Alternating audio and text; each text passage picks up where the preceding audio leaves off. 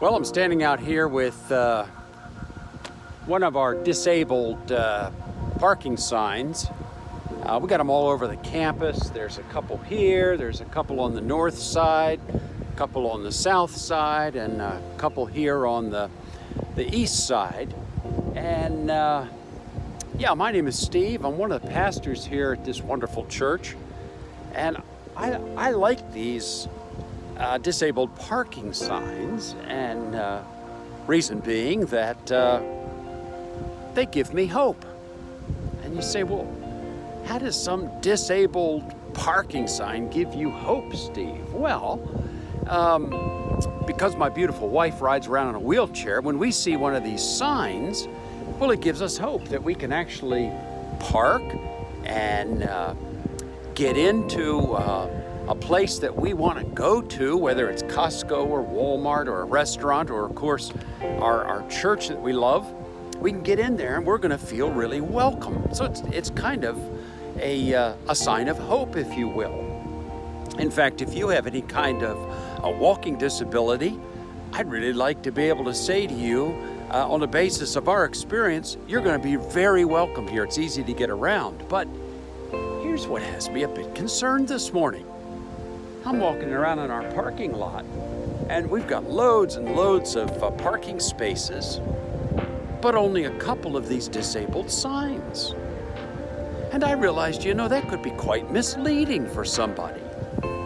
Somebody might actually be saying, I kind of need to get to church.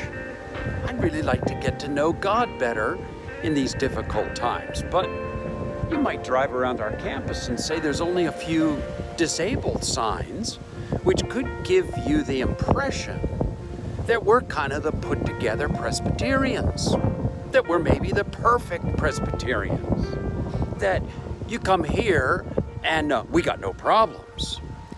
When the truth is that everybody who comes to our church is disabled. They're crippled. They're unable to save themselves. They're spiritually crippled, spiritually disabled, and unable to improve their relationship with God.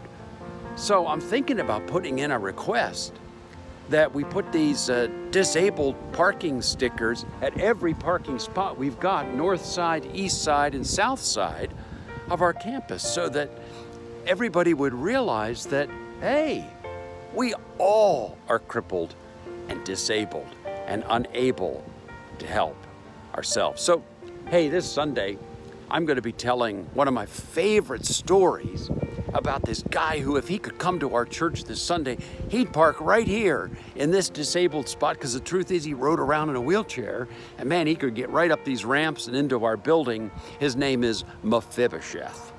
I mean, if you want to get ready for Sunday, say that 3 times fast, Mephibosheth. Great story about this guy who was bound to a wheelchair, but experienced sitting at the table of love, where Jesus accepted him. Because we don't come put together, we come crippled and disabled and unable to help ourselves. And Jesus welcomes us as he did Mephibosheth. May God bless you.